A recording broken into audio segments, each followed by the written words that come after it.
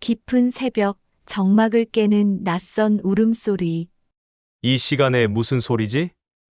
청년은 걸음을 멈춥니다. 쓰레기통 옆, 낡은 담요에 쌓인 갓난아기가 몸부림칩니다. 찢어진 담요 틈으로 희미한 숨결이 새어나옵니다. 청년은 얼어붙은 듯 바라보다 조심스레 손을 뻗습니다. 세상에 누가 왜 아기를 여기에 버린 거야? 청년의 손이 떨리고 가슴은 두근거립니다.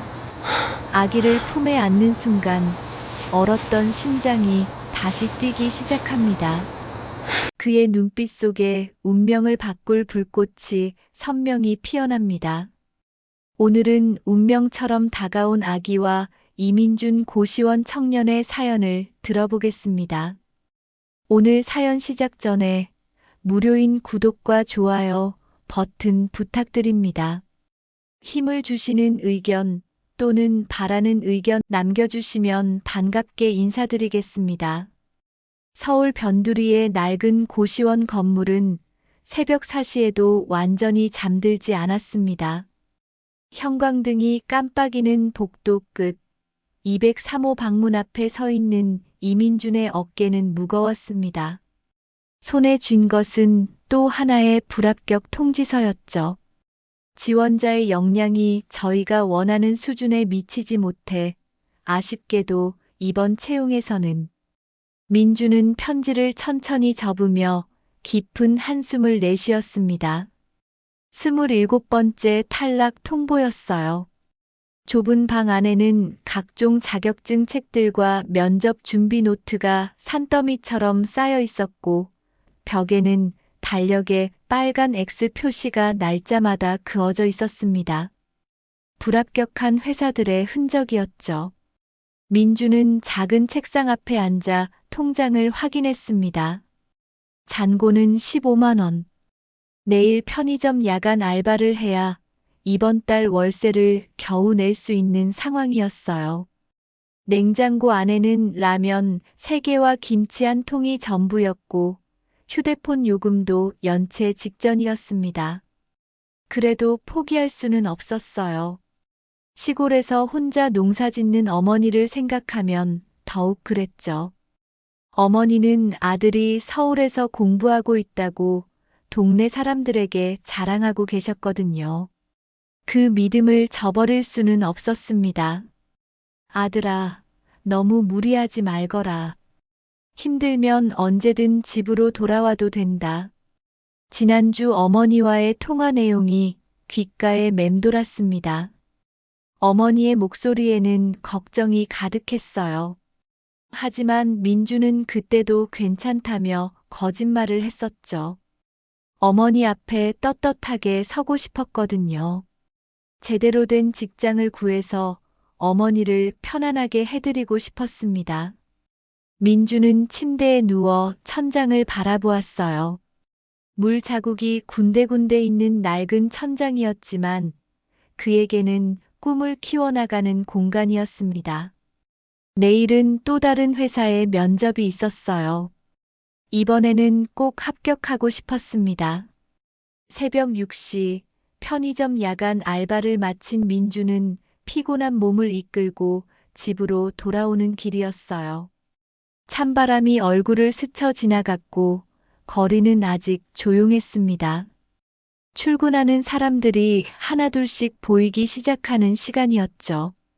고시원 앞 골목은 쓰레기 수거차가 지나간 뒤라 어수선했습니다. 플라스틱 봉지들이 바람에 날리고 있었고 길고양이 한 마리가 음식물 쓰레기통을 뒤지고 있었어요. 민주는 지친 걸음으로 고시원 입구로 향했습니다. 그때였습니다. 희미한 울음소리가 들려왔어요.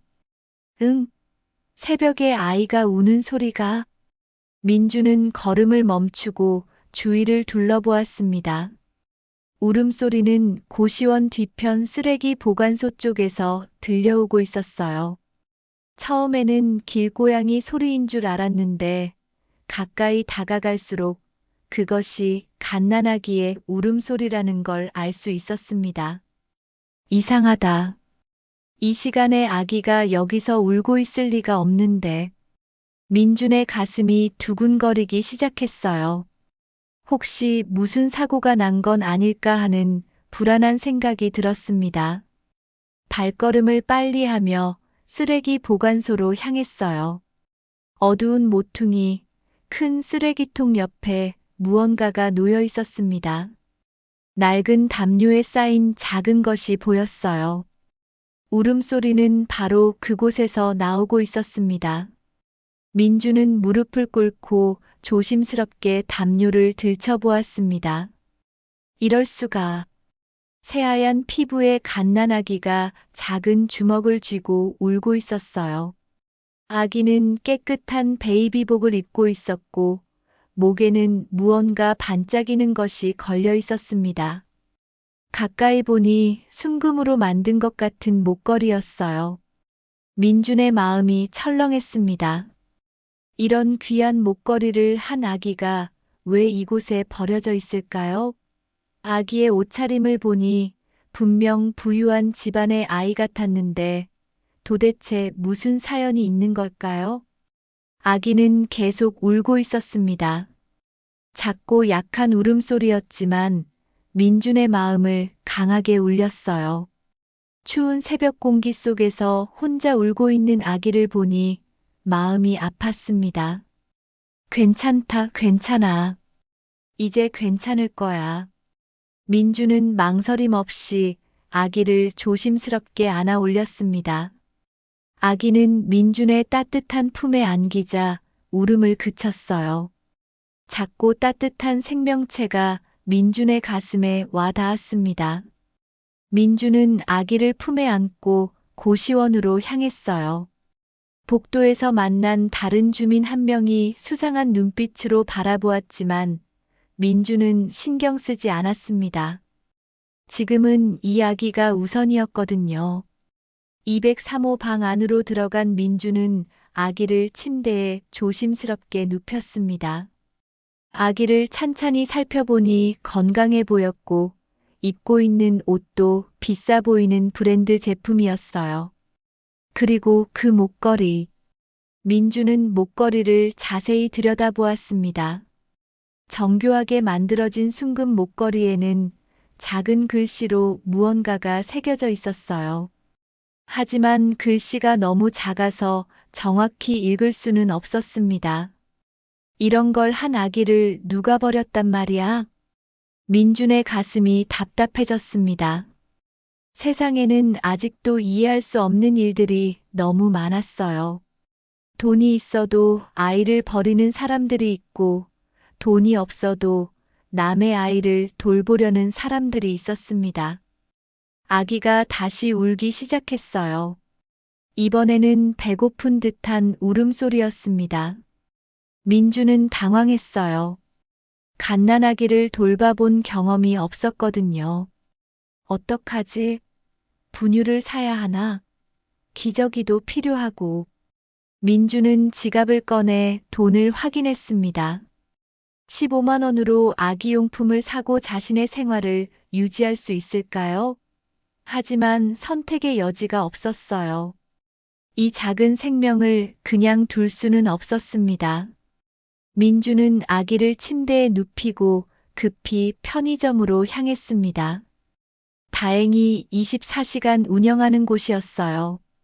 분유와 젖병, 기저귀를 사면서 민준의 마음은 복잡했습니다. 이 물건들 값만 해도 8만 원이나 나왔거든요. 손님, 아기가 있으세요? 편의점 사장이 물었습니다. 아, 네. 그런 셈이죠. 민주는 애매하게 대답했어요. 집으로 돌아와 서툰 솜씨로 분유를 타고 있는데 복도에서 웅성거리는 소리가 들렸습니다. 고시원 주민들이 모여서 수군대고 있었어요. 203호 그 청년 새벽에 아기를 안고 들어오더라.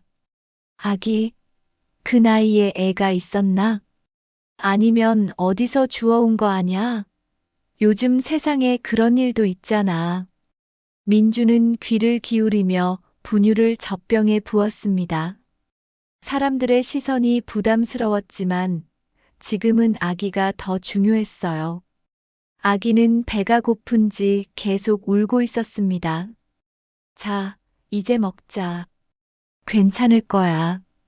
민준이 젖병을 아기 입에 가져다 대자 아기는 열심히 빨기 시작했어요. 작은 손으로 젖병을 꼭 잡고 있는 모습이 애틋했습니다. 민주는 처음으로 미소를 지었어요.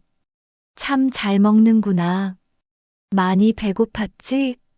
아기가 분유를 다 먹고 잠들자 민주는 그제서야 상황을 정리할 수 있었습니다.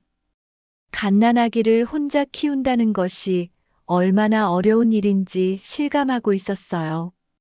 분유값만 해도 하루에 10,000원은 들 것 같았고 기저귀와 다른 필수품들까지 생각하면 월 100만 원은 좋게 필요했습니다. 민주는 다시 아기 목에 걸린 목걸이를 자세히 살펴보았어요. 순금으로 보이는 목걸이에는 작은 펜던트가 달려 있었는데 그 안에 H라는 글자가 새겨져 있었습니다. 그리고 뒷면에는 더 작은 글씨로 무언가가 적혀 있었어요. H. 이게 뭘 의미하는 걸까? 민주는 핸드폰으로 목걸이 사진을 찍어 두었습니다. 나중에 인터넷에서 검색해 보려고요. 혹시 이 목걸이가 아기의 정체를 알려주는 단서가 될지도 모르니까요. 오후가 되자 고시원 관리사무소에서 연락이 왔습니다. 203호 이민준 씨죠? 잠깐 사무실로 좀 내려와 주세요. 민주는 아기를 안고 1층 관리사무소로 내려갔어요. 관리소장은 민준을 보자마자 심각한 표정을 지었습니다. 민준 씨, 아기는 어떻게 된 거예요? 다른 주민들이 계속 문의를 하고 있어서요. 아, 그게 제가 주워서 돌보고 있습니다. 주웠다고요? 그럼 경찰서에 신고는 했나요? 민주는 잠시 말을 잃었어요. 경찰에 신고하면 아기는 보육원으로 가게 될 텐데 그런 일은 원하지 않았습니다. 이 아기에게 뭔가 특별한 사연이 있을 것 같았거든요. 아직 신고는 안 했습니다. 조금 더 지켜보려고요. 그래도 이건 너무 이상해요. 갓난아기를 그냥 키울 수는 없잖아요. 게다가 고시원 규정상 아기를 키우는 건 금지되어 있어요. 관리소장의 말에 민주는 당황했습니다. 그러고 보니 고시원 계약서에 그런 조항이 있었던 것 같았어요. 며칠만 시간을 주세요. 제가 다른 방법을 찾아보겠습니다. 글쎄요. 다른 주민들이 계속 불편해하면 조치를 취해야 할 것 같은데. 그날 저녁 민주는 인터넷 카페에서 아기 목걸이에 대해 검색해 보았어요. H 브랜드 고급 주얼리를 찾아보니 놀라운 사실을 발견했습니다. 그 목걸이는 H그룹에서 특별 제작한 한정판 목걸이였어요. 가격만 해도 5천만 원이 넘는 것이었습니다. H그룹? 그 대기업 H그룹 말이야?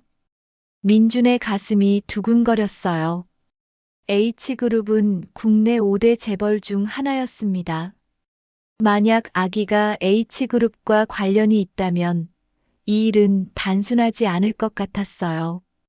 다음 날 아침 민준이 아기에게 분유를 주고 있을 때 고시원 현관문에서 노크 소리가 들렸습니다.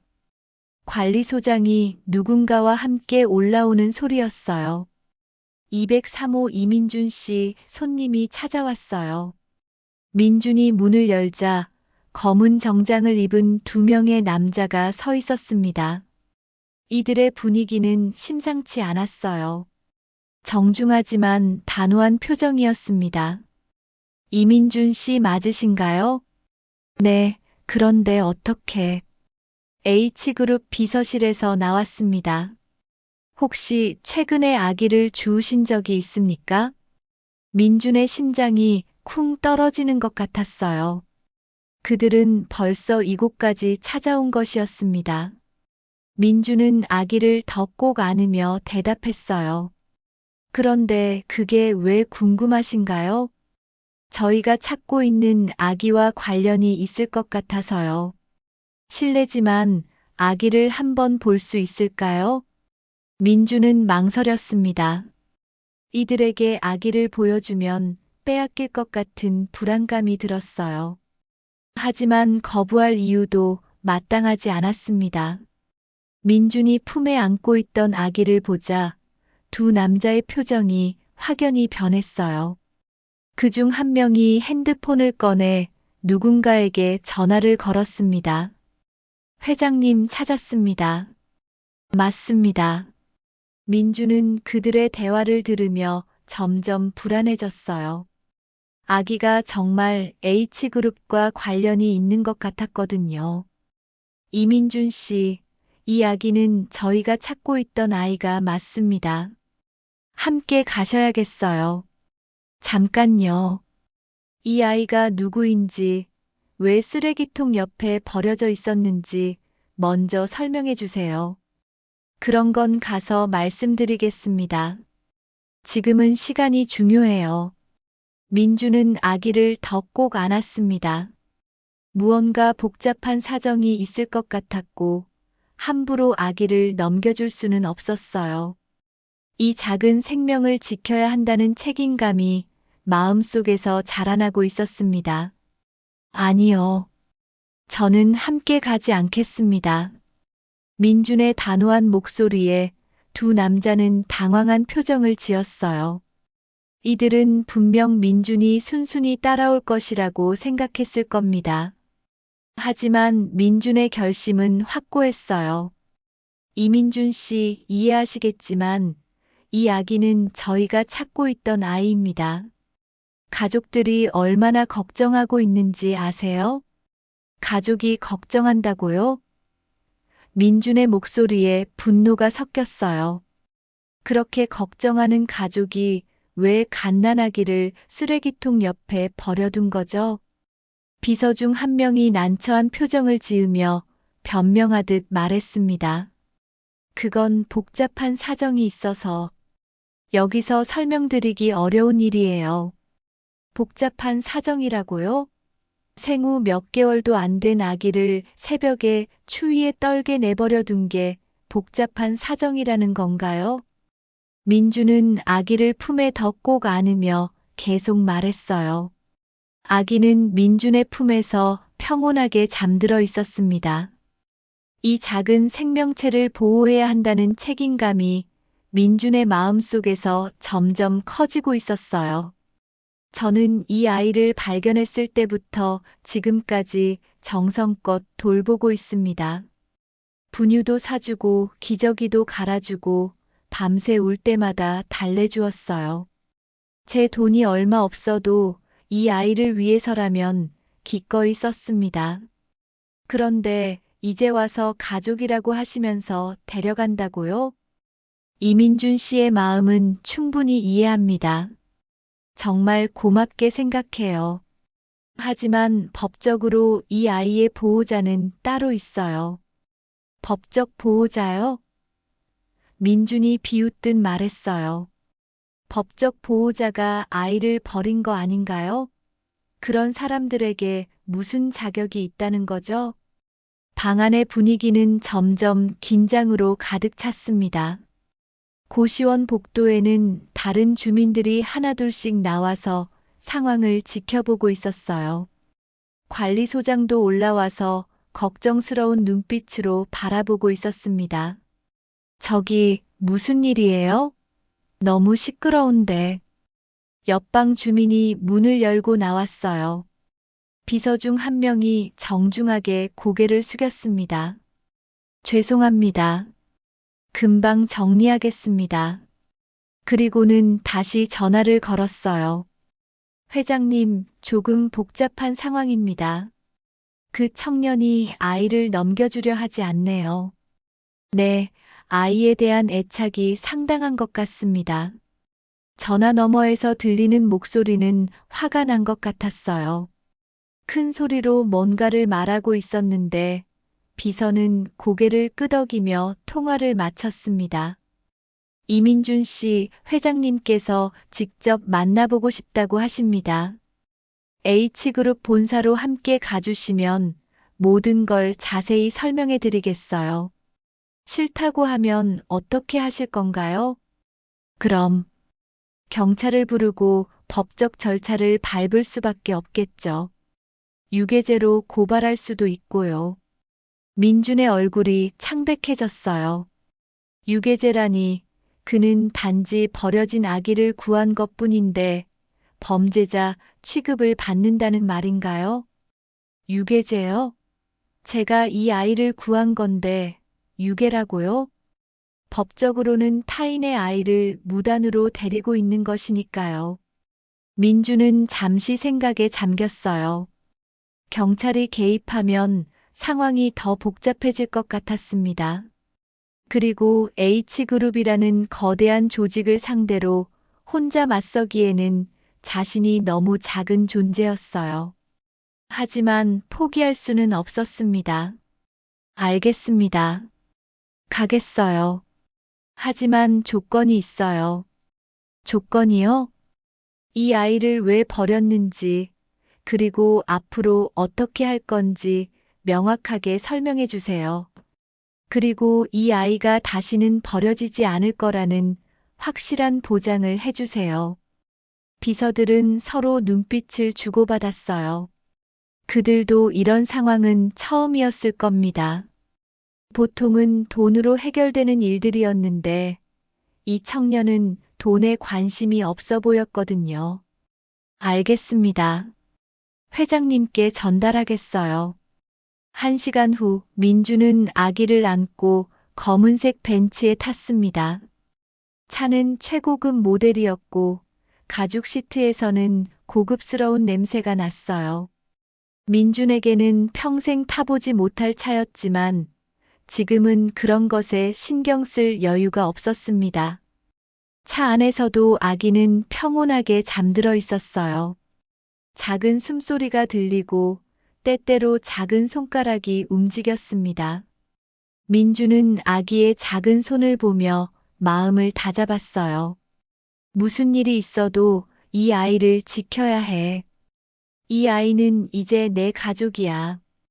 운전기사는 말 한마디 없이 조용히 운전했어요. 비서들도 대화를 나누지 않았습니다. 차 안에는 긴장감만이 흘렀어요. 서울 시내를 관통해 강남으로 향하는 동안 민주는 창밖 풍경을 바라보았습니다. 화려한 빌딩들과 비싼 외제차들이 눈에 들어왔어요. 자신이 살고 있는 세계와는 완전히 다른 곳이었습니다. H그룹 본사 건물은 민준이 상상했던 것보다 훨씬 웅장했어요. 50층이 넘는 유리 건물이 하늘을 찔렀고 로비에는 값비싼 대리석과 화려한 샹들리에가 있었습니다. 경비원들이 정중하게 인사했고 직원들은 모두 깔끔한 정장 차림이었어요. 이민준 씨, 이쪽으로 오세요. 민준은 아기를 안고 전용 엘리베이터를 탔어요. 엘리베이터 안에는 은은한 클래식 음악이 흘렀고 거울로 된 벽면에는 민준의 초라한 모습이 비쳤습니다. 낡은 점퍼와 청바지, 운동화. H그룹 본사에는 어울리지 않는 차림이었어요. 45층까지 올라가는 동안 민준의 가슴은 계속 두근거렸습니다. 도대체 무슨 일이 벌어지고 있는 걸까요? 이 아기의 정체는 정말 무엇일까요? 엘리베이터 문이 열리자 고급스러운 복도가 나타났어요. 카펫이 깔린 복도 양쪽에는 비싼 그림들이 걸려 있었고 은은한 조명이 분위기를 더했습니다. 회장실 앞에 도착하자 비서가 조심스럽게 문을 노크했어요. 회장님, 이민준 씨가 오셨습니다. 들어와라. 문이 열리자 민주는 숨이 막힐 것 같았어요. 넓은 사무실 안에는 거대한 책상이 있었고 그 뒤에 60대 중반으로 보이는 남자가 앉아 있었습니다. H그룹 회장 한태섭이었어요. 회장은 민준과 아기를 보자 복잡한 표정을 지었습니다. 분노와 안도감, 그리고 뭔가 깊은 상처가 담긴 아픈 감정이 섞인 것 같았어요. 그의 눈가에는 주름이 깊게 패여 있었고 손등에는 놓인 반점이 보였습니다. 그 아이가 정말 내 손녀가 맞는가? 비서가 조심스럽게 대답했습니다. DNA 검사 결과가 나왔습니다. 99.8% 일치합니다. 확실합니다. 회장의 눈가가 젖어들었어요. 오랫동안 찾아 헤맨 손녀를 드디어 만난 것이었습니다. 하지만 곧 감정을 추스르며 민준을 바라보았어요. 젊은이, 정말 고맙다. 내 손녀를 구해줘서 고마워. 구했다고요? 민준의 목소리에 화가 섞였어요. 손녀라면서 왜 새벽에 쓰레기통 옆에 버려져 있었습니까? 이 아이가 얼마나 무서웠을지, 얼마나 추웠을지 생각해 보셨어요? 회장의 얼굴이 굳어졌습니다. 민준의 직설적인 질문에 당황한 기색이 역력했어요. 그건 복잡한 사정이 있었다. 복잡한 사정이면 갓난아기를 버려도 되는 건가요? 민준의 목소리가 떨렸어요. 이 아이가 얼마나 작고 연약한지 아세요? 조금만 늦었어도 큰일 날 뻔했어요. 버린 게 아니다. 회장이 책상을 세게 내리쳤습니다. 꽝 하는 소리에 아기가 깜짝 놀라 울음을 터뜨렸어요. 임시로 맡긴 것뿐이야. 민주는 울고 있는 아기를 달래며 냉소적으로 웃었습니다. 임시로 맡겼다고요? 새벽 4시에 쓰레기통 옆에 아무 연락처도 없이 아기만 덩그러니 두고 간 게 임시로 맡긴 거라고요? 그럼 누구에게 맡긴 건가요? 쓰레기 수거 아저씨에게요? 회장은 할 말을 잃었어요. 민준의 반박이 너무나 정확했거든요. 사실 그도 이 상황이 잘못되었다는 걸 알고 있었습니다. 그건 계획이 틀어진 거다. 원래는 다른 방법이 있었는데.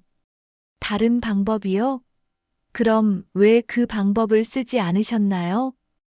회장은 깊은 한숨을 내쉬며 의자에 몸을 맡겼어요. 순간 그는 거대한 기업의 회장이 아니라 지친 노인으로 보였습니다. 넌 모른다. 이 집안이 얼마나 복잡한지, 얼마나 많은 이해관계가 얽혀 있는지, 주주들, 언론, 경쟁사들까지 모든 게 우리 가문의 체면과 연결되어 있어.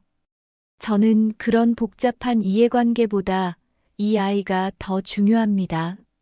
민준이 단호하게 말했어요. 이 아이의 엄마는 어디 있나요? 왜 엄마가 직접 나타나지 않죠? 회장의 얼굴이 더욱 어두워졌습니다. 그의 눈에는 깊은 상처와 후회가 서려 있었어요. 엄마는 지금 여기 올 수 없는 상황이다. 무슨 뜻이에요?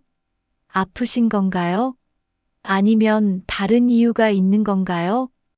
그건 내가 알 필요 없는 일이다. 회장이 차갑게 말했어요. 없다고요? 민준의 목소리가 높아졌어요. 저는 이 아이를 키우고 있는 사람이에요. 당연히 알아야 할 권리가 있습니다.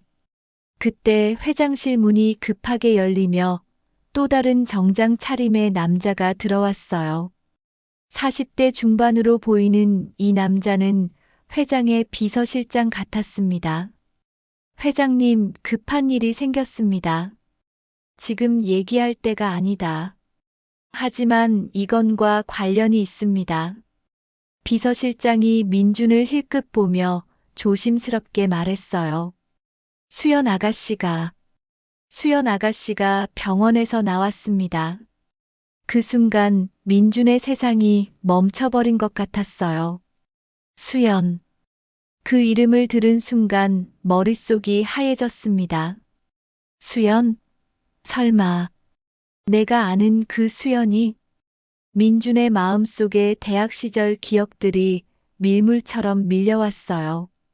캠퍼스에서 처음 만났던 그날, 도서관에서 함께 공부하던 시간들, 그리고 마지막으로 헤어지던 그 아픈 날까지. 회장의 얼굴이 창백했어요. 수연이라는 이름을 들은 순간 뭔가 중요한 일이 벌어진 것 같았습니다. 뭐라고? 수연이가 병원에서 나왔다고? 네, 아침에 몰래 나간 것 같습니다. 간호사들도 모르게 혼자 나간 것 같아요. 지금 행방을 찾고 있는데.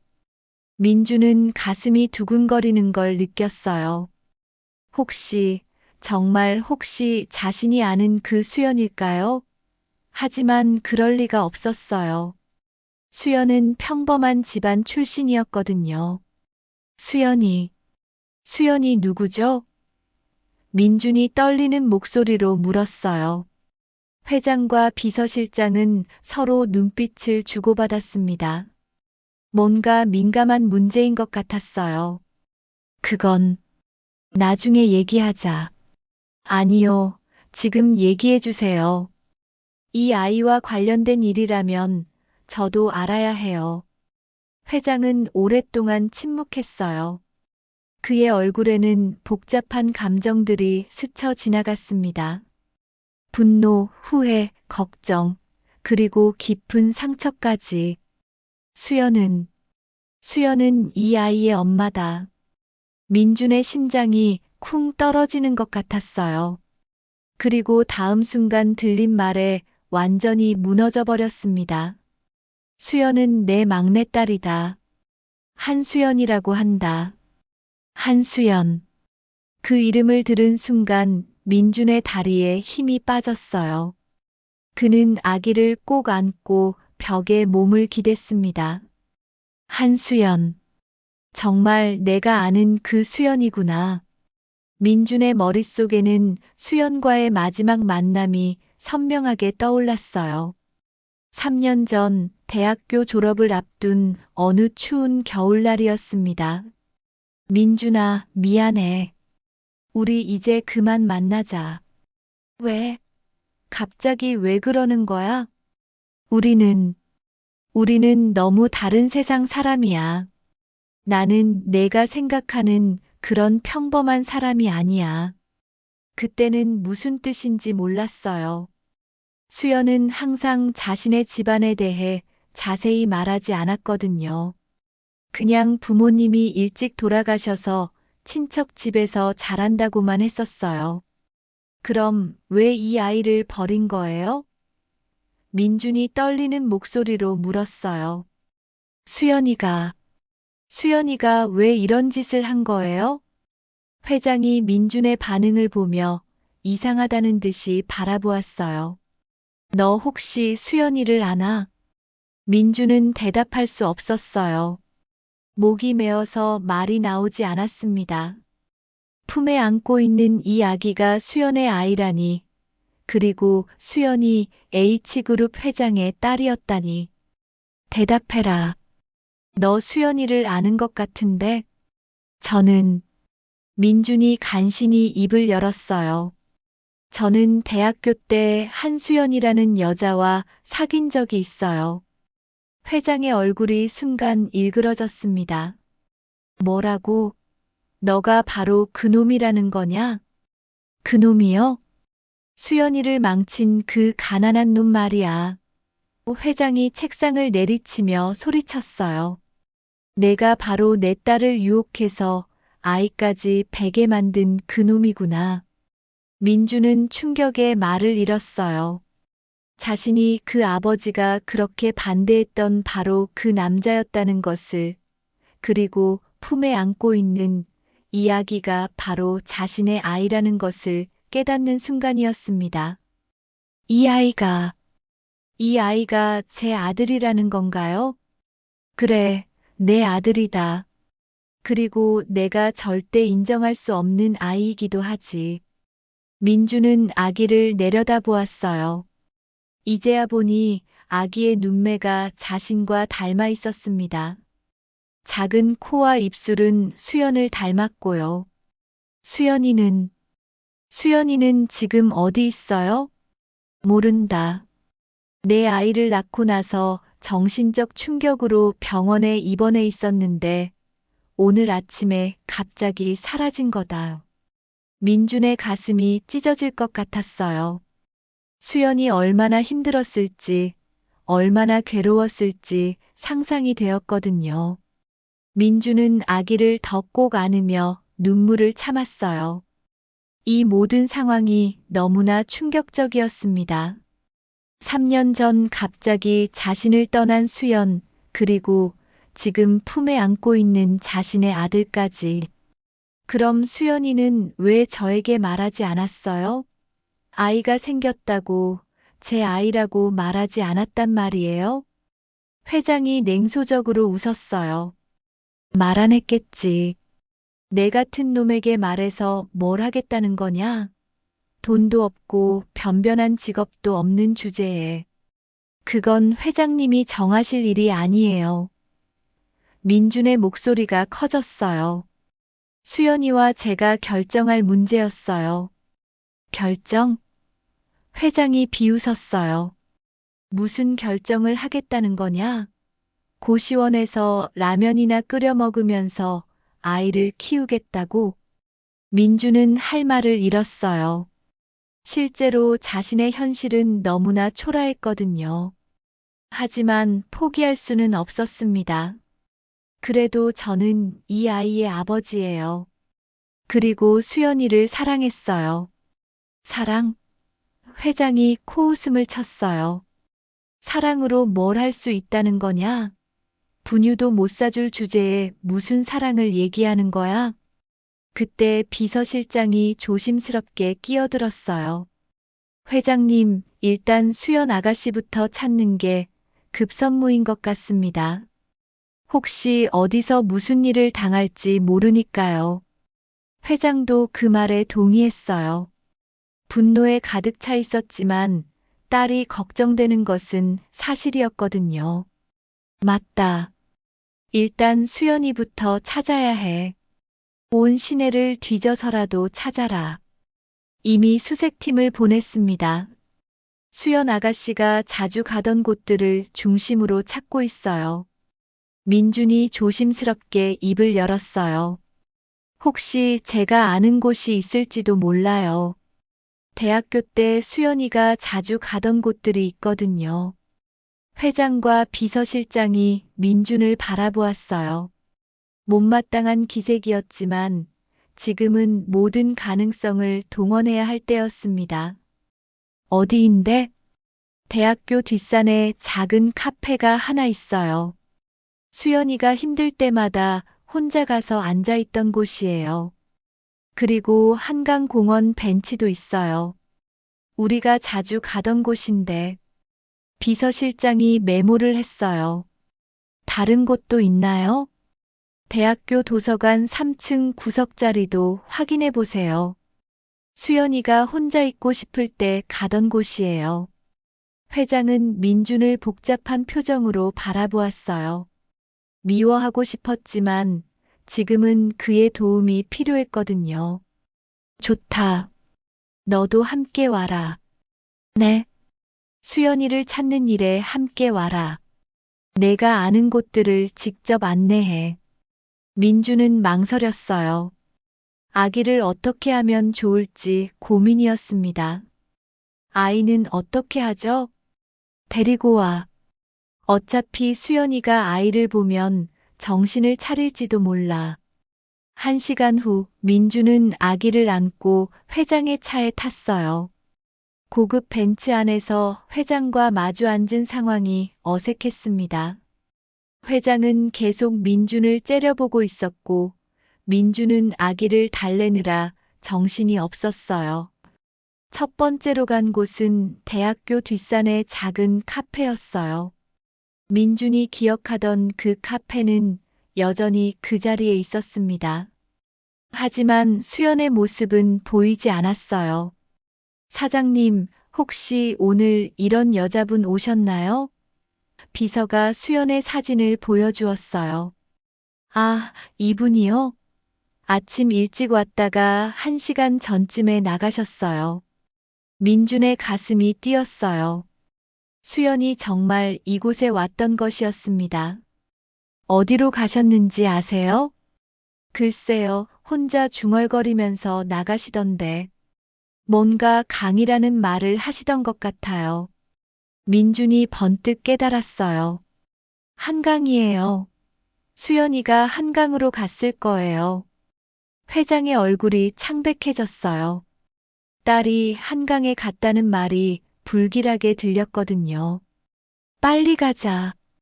한강공원에 도착했을 때는 해가 지기 시작하고 있었어요.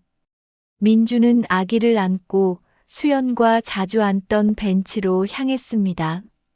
멀리서 익숙한 실루엣이 보였어요. 수연아. 민준이 부르자 벤치에 앉아있던 여자가 고개를 돌렸어요. 3년 만에 보는 수연이었습니다. 하지만 예전의 밝은 모습은 찾을 수 없었어요. 야위고 창백한 얼굴에 눈가는 빨갛게 부어 있었습니다. 민준아. 수연의 목소리는 가늘게 떨렸어요. 민준은 천천히 수연에게 다가갔어요. 아기를 안고 있는 민준을 본 수연의 얼굴에는 복잡한 감정이 스쳐 지나갔습니다. 수연아, 괜찮아? 괜찮을 리가 없잖아. 수연이 울먹이며 말했어요. 나는 정말 나쁜 엄마야. 내 아이를 버렸어. 아니야, 수연아. 넌 나쁜 엄마가 아니야. 나쁜 엄마가 아니라고. 수연이 자조적으로 웃었어요. 갓난아기를 쓰레기통 옆에 버리고 도망친 게 나쁜 엄마가 아니라고. 민주는 수연 곁에 앉으며 조심스럽게 말했어요. 수연아, 이 아이는 우리 아들이야. 내가 키울게. 내가. 수연이 민준을 바라보았어요. 넌 나도 제대로 못 지켜줬으면서 아이를 지킬 수 있어? 그 말에 민준의 가슴이 아팠어요. 3년 전 수연을 지키지 못했던 자신의 무력감이 다시 떠올랐거든요. 수연아, 그때 왜 말하지 않았어? 아이가 생겼다고 나한테 말했으면 뭐가 달라졌을 것 같아? 수연이 쓴웃음을 지었어요. 아버지가 더 화를 내고 너는 더 힘들어졌을 거야. 그때 뒤에서 회장의 목소리가 들려왔어요. 수연아. 수연이 아버지를 보자 몸을 움츠렸어요. 무서워하는 것 같았습니다. 아버지. 회장은 딸의 야윈 모습을 보며 마음이 아팠어요. 하지만 화도 났습니다. 너 왜 병원에서 나왔어? 의사가 아직 안 된다고 했잖아. 아버지, 저는 괜찮아요. 괜찮다고? 이게 괜찮아 보여. 회장이 소리쳤어요. 내가 얼마나 말썽을 피웠는지 알아? 수연이 움츠러들자 민준이 끼어들었어요. 회장님, 수연이를 너무 다그치지 마세요. 지금 수연이가 얼마나 힘든지. 내가 뭔데 끼어들어. 회장이 민준을 노려보았어요. 내가 내 딸을 이렇게 만든 거 아냐? 아버지, 그만해요. 수연이 갑자기 소리쳤어요. 민준이 잘못이 아니에요. 모든 게 제 잘못이에요. 수연의 절규에 한강변이 잠시 조용해졌어요. 바람만이 쓸쓸하게 불어오고 있었습니다. 수연의 눈에서는 눈물이 끝없이 흘러내렸어요. 내 잘못이라고. 회장이 믿을 수 없다는 표정으로 딸을 바라보았어요. 내가 뭘 잘못했다는 거냐? 저는 저는 아무것도 할 수 없었어요. 수연이 떨리는 목소리로 말했어요. 아버지가 민준이를 반대하셨을 때도, 아이가 생겼을 때도, 아이를 낳았을 때도, 저는 그냥 아버지 말만 들었어요. 민주는 수연의 고백을 들으며 가슴이 아팠어요. 그동안 수연이 얼마나 힘들어했을지 상상이 되었거든요. 수연아, 그때 왜 나한테 말하지 않았어? 함께 방법을 찾을 수 있었을 텐데. 수연이 민준을 바라보며 씁쓸하게 웃었어요. 방법이라고? 무슨 방법이 있었겠어? 넌 취업도 안 되어 있었고, 나는 아버지의 반대에 맞설 용기도 없었어. 그래도 포기하지 말았어야지. 포기? 수연의 목소리에 절망이 섞였어요. 나는 포기한 게 아니야. 나는 두려웠어. 아이에게 고생시킬까봐, 너에게 짐이 될까봐. 회장이 참지 못하고 끼어들었어요. 그럼 왜 아이를 버렸어? 아무리 그래도 그건 너무했잖아. 아버지도 마찬가지잖아요.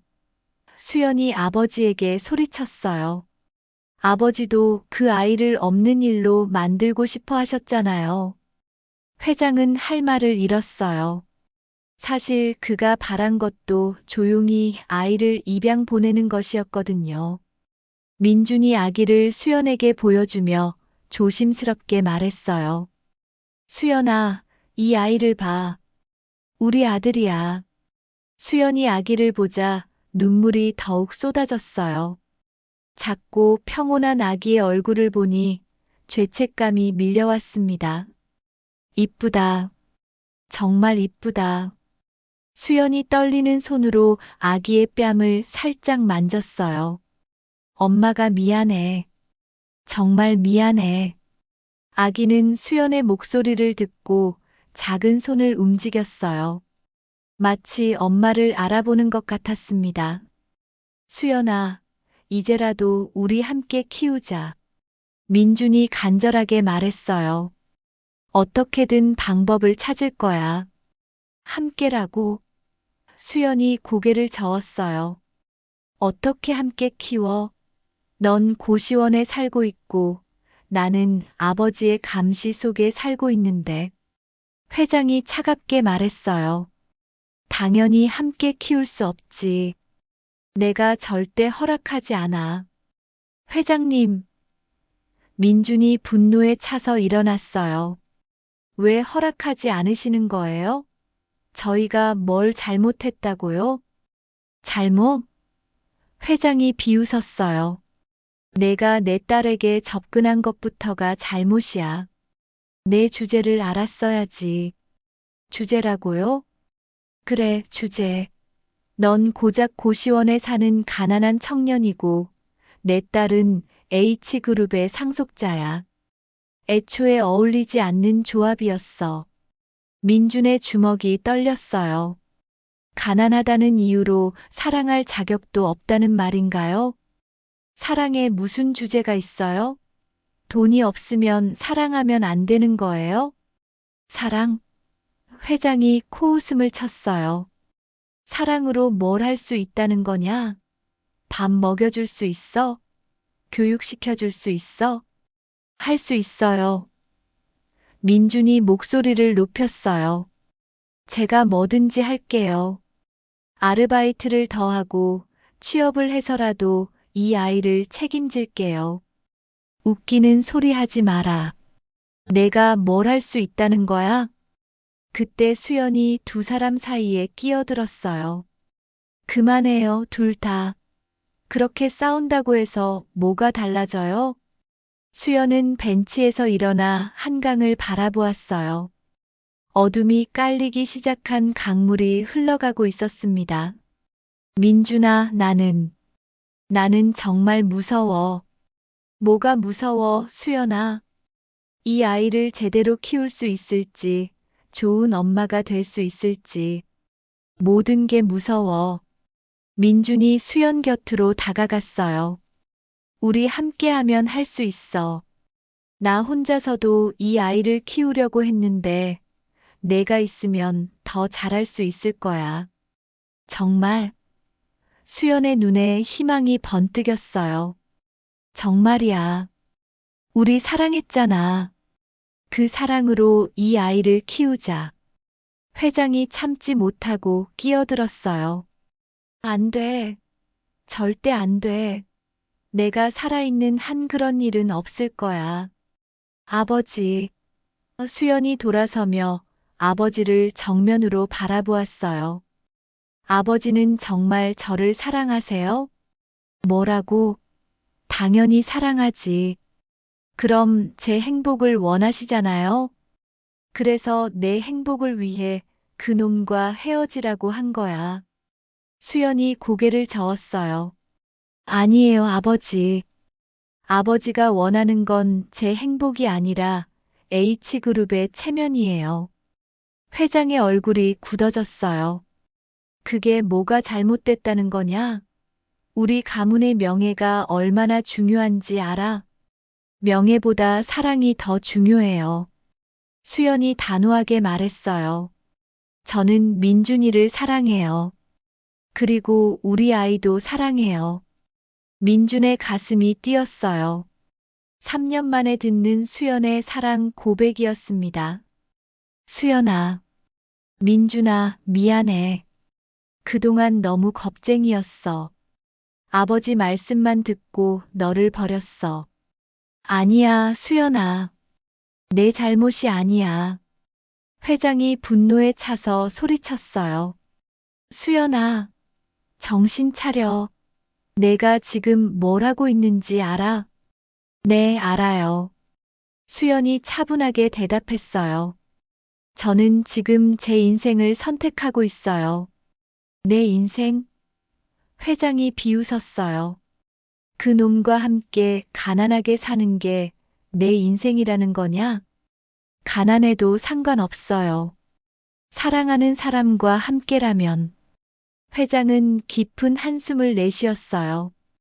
딸의 결심이 확고하다는 걸 느꼈거든요.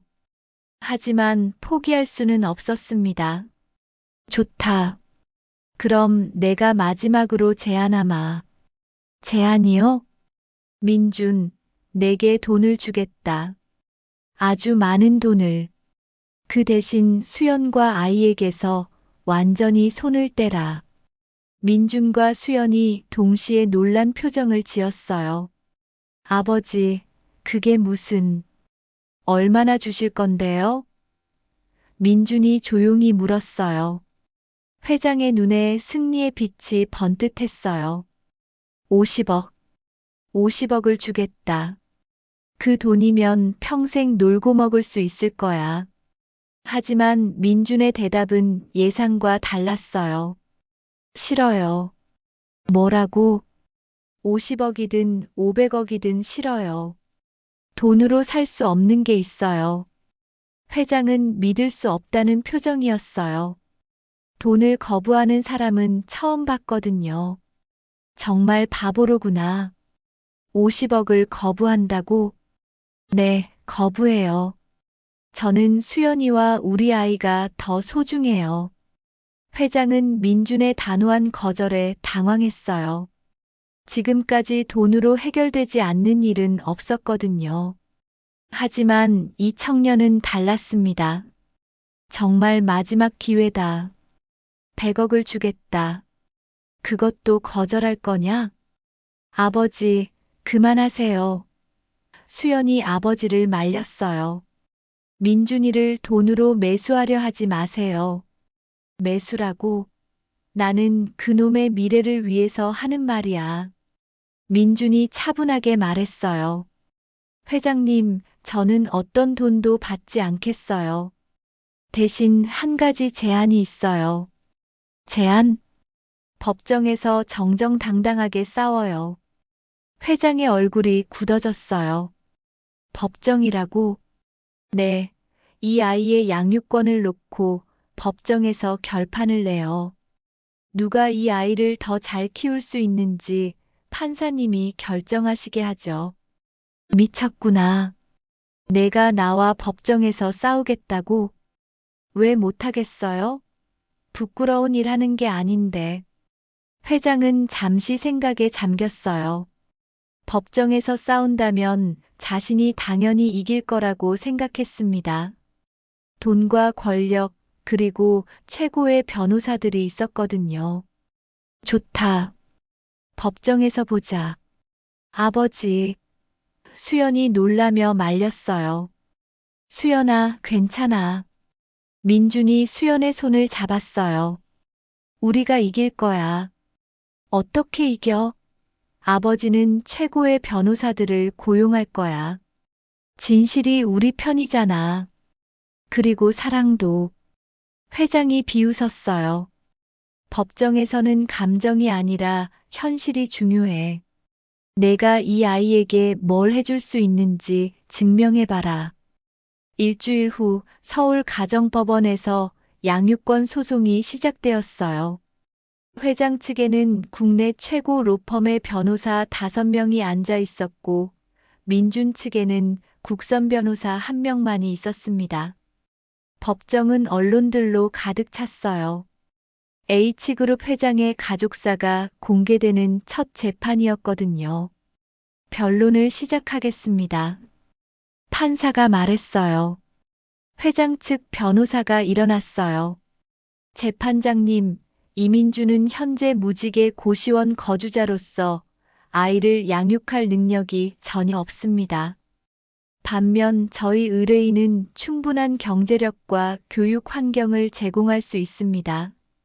민준의 변호사가 반박했어요. 경제력이 전부가 아닙니다. 이민준 씨는 버려진 아이를 구조해서 사랑으로 돌봐왔습니다. 사랑만으로 아이를 키울 수 있습니까? 현실을 보십시오. 재판이 진행되면서 민준에게 불리한 증거들이 계속 제시되었어요. 고시원 월세 연체 기록, 취업 실패 이력, 현재 소득 상황까지. 이민준 씨는 현재 월 소득이 80만 원에 불과합니다. 이것으로 어떻게 아이를 키우겠다는 겁니까? 민준이 증인석에 섰어요. 떨리는 목소리로 말했습니다. 재판장님, 저는 돈은 없지만 이 아이를 사랑합니다. 이 아이가 버려져 있을 때 저는 망설임 없이 구했어요. 제가 가진 전부를 이 아이에게 줄 수 있습니다. 사랑만으로는 부족합니다. 구체적인 양육 계획이 있습니까? 취업을 해서 더 큰 집으로 이사할 겁니다. 그리고 이 아이가 필요한 모든 걸 해줄 거예요. 회장 측 변호사가 공격했어요. 취업을 한다고 하시는데 지금까지 27번 취업에 실패하지 않았습니까? 현실성이 없어 보입니다. 민주는 할 말을 잃었어요. 변호사의 말이 맞았거든요. 그때 수연이 증인석에 섰어요. 재판장님, 저는 이 아이의 엄마입니다. 법정이 조용해졌어요. 모든 시선이 수연에게 집중되었습니다. 저는 이 아이를 버렸습니다. 제가 나쁜 엄마예요. 수연아. 민준이 말렸지만 수연은 계속했어요. 하지만 민준이는 제가 버린 아이를 구해줬어요. 추운 새벽에 울고 있던 아이를 포기하지 않고 구해줬어요. 수연의 목소리가 떨렸어요. 민준이는 돈은 없지만 진짜 사랑이 뭔지 알아요. 이 목걸이를 보세요. 수연이 아기 목에 걸린 순금 목걸이를 가리켰어요. 이 목걸이는 5천만 원짜리예요. 재벌의 상징이죠. 하지만 이 목걸이가 이 아이를 지켜줬나요? 아니에요. 민준이가 지켜줬어요. 법정 안이 웅성거렸어요. 민준이는 자신의 마지막 돈으로 분유를 사줬어요. 밤새 아이가 울 때마다 달래줬어요. 그게 진짜 사랑 아닌가요? 회장의 얼굴이 굳어졌어요. 저희 아버지는 돈과 권력으로 모든 걸 해결하려 해요. 하지만 사랑은 돈으로 살 수 없어요. 판사가 조용히 말했어요. 한태섭 회장님, 하실 말씀이 있으십니까? 회장이 천천히 일어났어요. 그의 얼굴에는 복잡한 감정이 어려 있었습니다.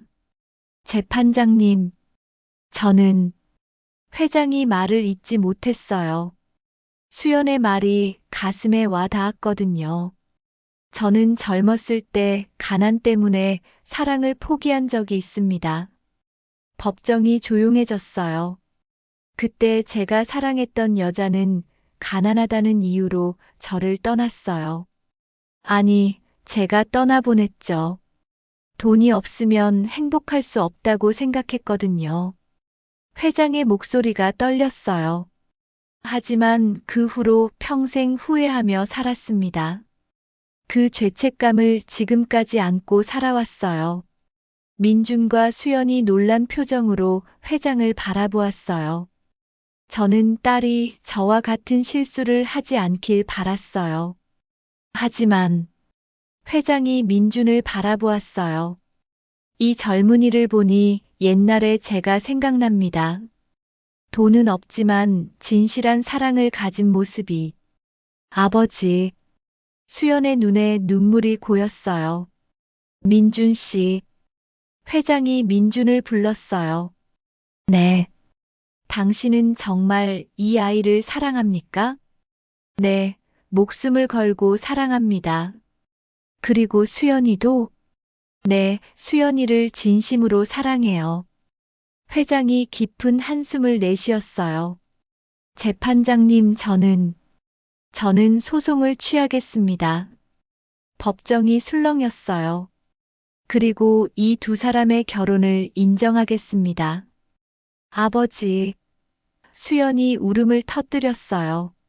사랑을 짓밟은 제 죄가 이렇게 돌아왔군요. 이제라도 바로잡겠습니다. 민준도 눈물을 흘렸어요. 마침내 인정받은 것이었습니다. 민준 씨, 제 딸과 손자를 부탁합니다. 네, 회장님. 꼭 행복하게 해드리겠습니다. 판사가 망치를 두드렸어요. 양육권은 친부모인 이민준, 한수연에게 인정합니다. 6개월이 흘렀습니다. 서울 외곽의 작은 아파트에서 민준과 수연은 조용하지만 행복한 일상을 보내고 있었어요. 아기는 이제 웃음을 보이기 시작했고 작은 손으로 장난감을 잡으려고 애쓰는 모습이 사랑스러웠습니다. 민준은 마침내 중소기업에 취업을 했어요. 급여는 많지 않았지만 안정적인 일자리였습니다. 아침 일찍 출근하고 저녁에 돌아오는 평범한 직장인의 삶이었지만 그것만으로도 충분히 행복했어요. 여보, 다녀올게. 민준이 수연에게 인사했어요. 조심히 다녀와. 오늘 늦지 마, 아빠가 오신다고 했어. 알겠어. 민준이 출근하고 나면 수연은 아기와 둘만의 시간을 보냈어요. 기저귀를 갈아주고 분유를 먹이고 자장가를 불러주는 일상이 반복되었지만 전혀 지루하지 않았습니다. 우리 아들, 오늘도 이쁘네. 엄마가 그렇게 보고 싶었구나. 아기는 수연의 목소리를 듣고 방긋 웃었어요. 그 웃음을 볼 때마다 수연은 가슴이 벅차올랐습니다. 이 아이를 버렸던 자신이 너무나 미안했고 동시에 다시 품에 안을 수 있게 된 것이 감사했어요. 오후 3시쯤 초인종이 울렸습니다. 수연이 문을 열자 정장 차림의 회장이 서 있었어요. 손에는 커다란 선물 상자를 들고 있었습니다. 아버지, 오셨어요. 응, 손자 보러 왔다. 회장은 아파트 안을 둘러보았어요. 비록 작고 소박한 집이었지만 따뜻한 느낌이 있었습니다. 아기용품들이 깔끔하게 정리되어 있었고 벽에는 가족 사진들이 걸려 있었어요. 손자 어디 있어? 거실에서 자고 있어요. 회장이 거실로 가서 잠들어 있는 아기를 내려다보았어요. 작은 코와 입, 평온한 표정이 너무나 사랑스러웠습니다. 많이 컸네. 네, 이제 목도 가누고 웃음도 지어요. 회장이 조심스럽게 아기를 안아 올렸어요.